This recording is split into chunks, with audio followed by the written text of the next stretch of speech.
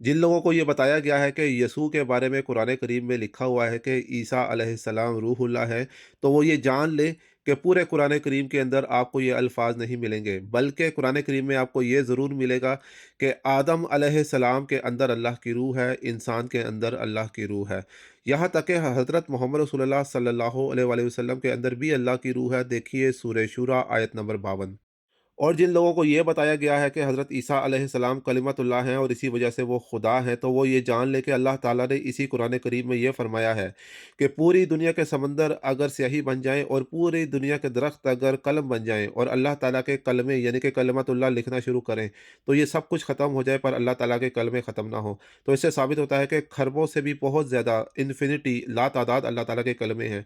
उनमें से एक हज़रत ईसा अलैहिस्सलाम है। इससे भी साबित हुआ कि हज़रत ईसा अलैहिस्सलाम खुदा नहीं। और सबसे बड़ी बात, अल्लाह ताला ने कैटेगोरिकली साफ तौर पर हज़रत ईसा अलैहिस्सलाम के खुदा होने का कुरान करीम में इनकार किया है और बताया कि सिर्फ़ एक वाहिद खुदा अल्लाह है, उसके सिवा कोई माबूद नहीं, कोई खुदा नहीं, कोई इलाह नहीं।